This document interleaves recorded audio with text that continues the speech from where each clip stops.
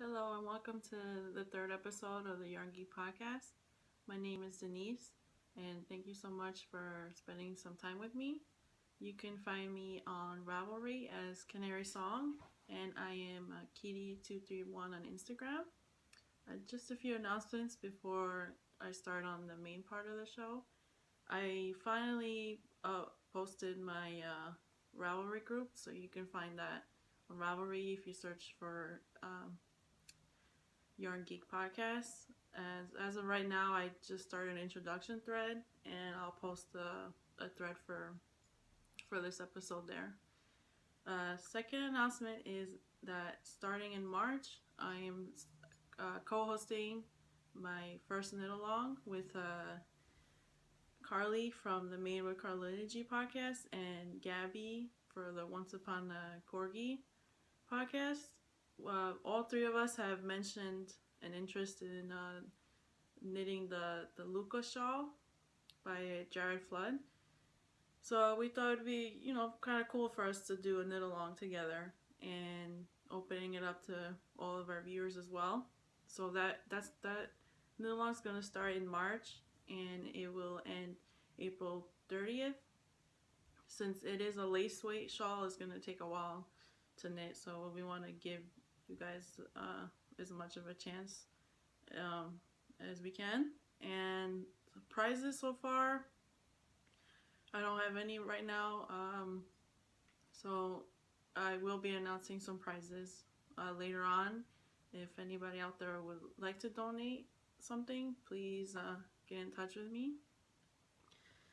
So yeah, so for this week I've only have one completed object. So last time I showed you guys a vintage knitting book that I had for infants, and I was looking around and I found another one that I have, and this is called Fleischer's Baby Book, Infants to 4 years old. And so I was looking through it and I decided to knit these mittens for a 2-year-old. And I used the Patons Croix Bright Red, which I showed you guys last time. And so this is knitted in worsted weight. The sizing comes fingering, sport, and worsted, and you use the same amount of stitches to cast on. So it's just a different yarn weight. So I knit this one in the photo, and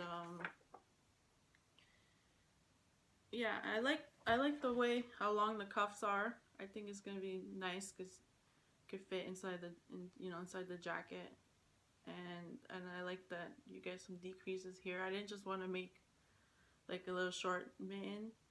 I thought that would have been a little bit boring, so this was like a good change. So yeah, I really like the color, and I hope the recipient likes it. She will be getting these soon. And this book is like, there's so many patterns in this book. Like, I really need to look through it again and see if I can knit anything else. Like, I like these little pullovers. That'd be kind of cute. So yeah. So my works in progress. I finished the first of my blueberry waffle socks. This is knitted in Patons Croix in the cameo colorway. And instead of doing the heel that they had in the pattern, I decided to look up a short heel, a short row heel, because I wanted to try it out. I don't remember exactly where I found it. I think I have it in my notes, so I'll link it in the show notes. I just started googling short row heels, and I found somebody on their blog. They did a really detailed post. Pretty much every step has a photo, so I was able to follow along. But as you can see here, I have a hole, so I think I wasn't paying attention at some point, and that's how I have a hole. So this short row heel is done with wraps and turns. And I know everybody loves to do the fish kiss lip heel. but I haven't gotten around to making it yet. I tried these on; they're okay. I don't know how they're gonna wear, but from what I hear, pants Corey is it's a sturdy sock, a sock weight, so I think it'll be fine. I don't think that the heel's gonna bust through or anything, so we'll see. And I haven't cast on the other pair yet.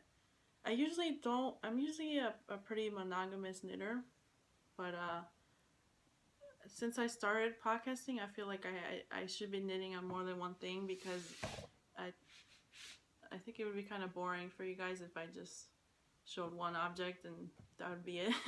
It would be a pretty short podcast, so I feel like I need to branch out, and it seems like every other podcaster is trying to be a monogamous knitter, not cast on so many things.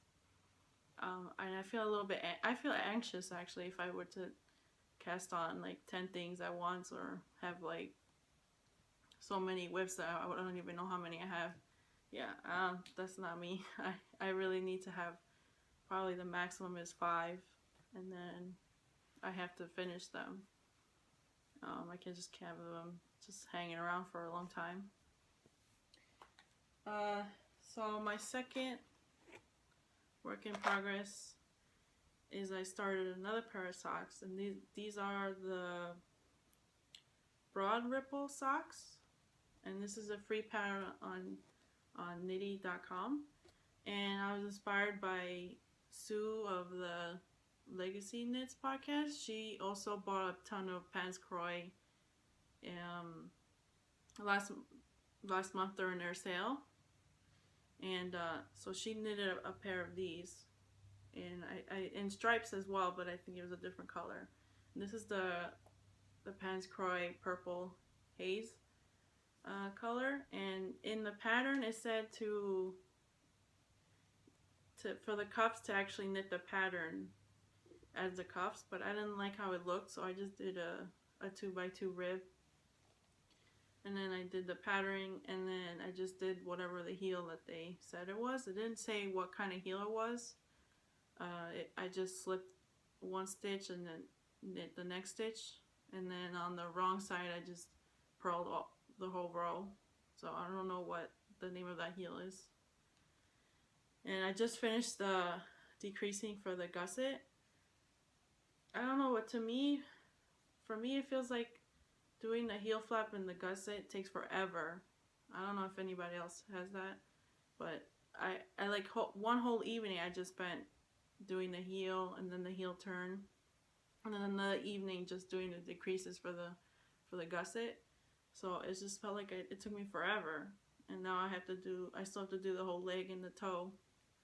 And I mean, I normally do an afterthought heel, and for me now, I've done it quite a few times, that just picking up the stitches, I can do that pretty quickly, and then getting rid of the waist yarn and then knitting the heel from there. I feel like it's a lot quicker for me than to do your standard heel flap and gusset. So I don't know, maybe after I knit a few pairs, it'll get faster. I think this is only the second time or maybe the third time that I've knitted a heel flap.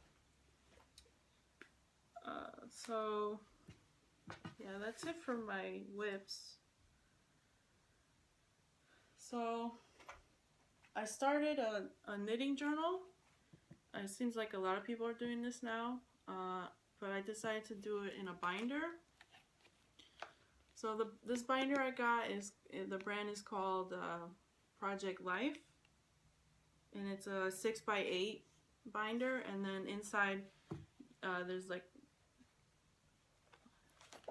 journaling sheets. So every sheet is a little different. And Project Life is like a simplified way to do scrapbooking. That's what they call it. So instead of doing your traditional, I don't know if you know anything about scrapbooking, but it's usually you do it 12x12 scraps page, and then you layer your pages and you go crazy with the embellishments if you want. And then you usually use like 1 or 2 photos, and then you have your scrapbook. But that can be time consuming. So this company came along, and it's pretty much like pocket pages. It's like an album, but it has like little journaling cards. So if you want, you can journal about the photos, and it's usually much quicker than doing traditional scrapbooking. So I recently found out that they've come out with this size binder, which I think is perfect for my knitting journal. So right now I've only done, I started doing my Cozy Memories blanket. So I just put a scrap of my of the yarn, and then I just put what yarn it is, the colorway, and what did I use it for, and who was the recipient. So right now I've only done my socks that I put into my blanket, and then later on I'm gonna keep going. And I like that it's a binder, so after so many scraps of yarn, if you use it in a regular book, your pages are gonna get warped. So with a binder, you're gonna have like room to expand. And I think I'm gonna put my projects in here as well for this year. I've been pretty good with keeping my Ravelry updated. I usually post within a few days of when I finished a project, but it's nice to have like something tangible, because you never know what could happen. So it's just nice to have your own journal and to write down any thoughts you have about the project you made. And I'm gonna put a photo of the project as well. So when I haven't done it yet, but when I put some of my projects for this year, I'll show it next time. So it's really cold right now, so I'm putting my hands on this mug. And this is a Star Wars mug that Ryan got me for Valentine's Day. So you see, this is a Force Awakens mug, and it came with some little chocolates, which I ate already. So let's see, I showed you guys my journal, and so I didn't buy any yarn this week, but I did buy some books. Knit Picks was having a sale, I think for maybe 2 weeks or so, for 40% off sale for their books. And I don't have any stick dictionaries, so I felt like I should get some. And I've seen this was recommended, I think, from a few podcasters, and I can't remember who. I think it was Maria from this, what is her podcast called? The Stitch and Sweeten podcast. I think she said she uses this for her designs. And yeah, I'm just looking around. Look, I haven't used them yet, or haven't as much of a chance to really look through them. And I feel like a lot of times I'm like trying to look for a pattern that I want. Like lately for socks, I've been looking at so many patterns for socks, and I don't like something in it or whatever. I'm like, I feel like I'm just gonna, I already know that my size for socks, so I think I'm just gonna, maybe look through this dictionary and just pick out some sort of one of the patterns that I like and just use those instead of relying on somebody else's pattern. And then I also got a Treasury of knitting patterns, because this seems like a classic that a lot of designers use. And so yeah, I got this one. And then I got the sock architecture. Yeah, I'm not saying that right. Sorry. Book. This was recommended by Laura from the Knit Girls podcast. I think one day she showed off like all her sock books, and this was her #1 sock book. And I like that it gives you a listing of different toes and heels, so you can insert them into your own patterns if you want. And then at the end she has patterns as well if you want to follow them. Both toe up and cuff down socks. I haven't done any toe up socks yet. I don't know if I will, maybe someday. But I like so far how the cuff down socks fit me, so I'm happy with that.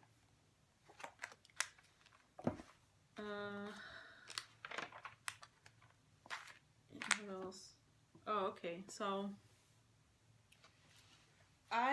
lately I've been interested in learning how to dye yarn because I see so much pretty yarn, and I'm really interested into how people do that. So I've been reading this book. I've had this for a while now, but I haven't had the chance to actually read everything. So I was looking at acid dye, and just looking at Googling different companies, and then I found this kit on Amazon, and it was on sale, so I thought it would be a good deal to get, you know, this set, and then it comes with the citric acid, which you need to dye yarn with. So I thought it was a good deal. And I have bare yarn that I got from Knit Picks a while ago.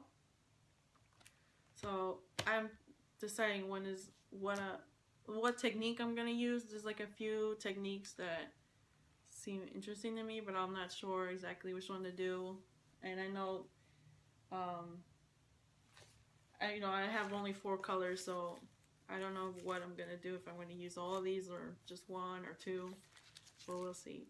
And I know you can, a lot of people recommend to wind your hank of yarn into like little mini skeins and then dye like that, but I don't know if I want to.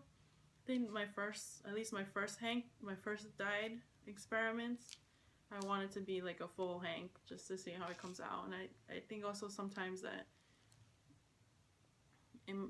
you might not be able to get the effect, might not show as well if you use like a little 10-gram skein of yarn. So I still need to get some of the other supplies. I don't have any. I need to get, my own pot and all the other stuff, because when you dye acid dyed yarn, you can't use those tools again for food. So I have to get a whole separate set, like measuring cups and all that stuff. And so hopefully in the next 2 weeks I'll be able to dye something and I can show you guys next time. So I did a yarn swap. I said in my last episode that I was making my cozy memory blanket. I finished all my scraps, so I had no more left, and a kind viewer contacted me and said that she would send me some yarn, so we actually did a swap. So thank you, Andrea. It was so nice, for you to get in touch with me and decide you wanted to send me some of your yarn. So she sent me this little cute card. It looks like a handmade card, and a nice note inside, and some tea. So when I was making my package for her, Ryan saw that I had like bought a bunch of tea. He's like, why are you buying this tea? Because I'm not that big of a tea drinker. I'm more of a coffee drinker. So he was like wondering, why do I have so much tea? And I was like, oh, I'm doing a swap. Like, I have to send tea. That's the standard. And he just looked at me like I was insane. He didn't know what I was talking about. But it's true. It seems like all knitters swap tea. So I had to do it too. So just to show you what she sent me Miss Babs tart fingering in the Daylily Fields. So nice. I never knitted with Miss Babs, so I'm really excited. And let's see.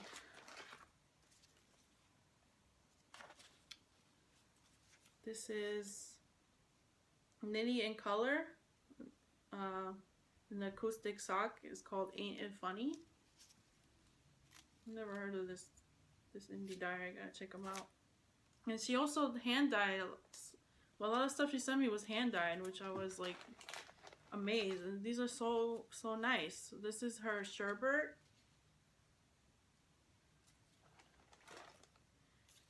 This is Autumn Bliss.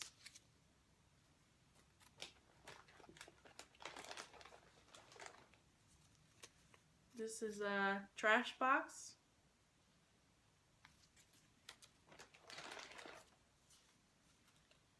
Unicorn tail.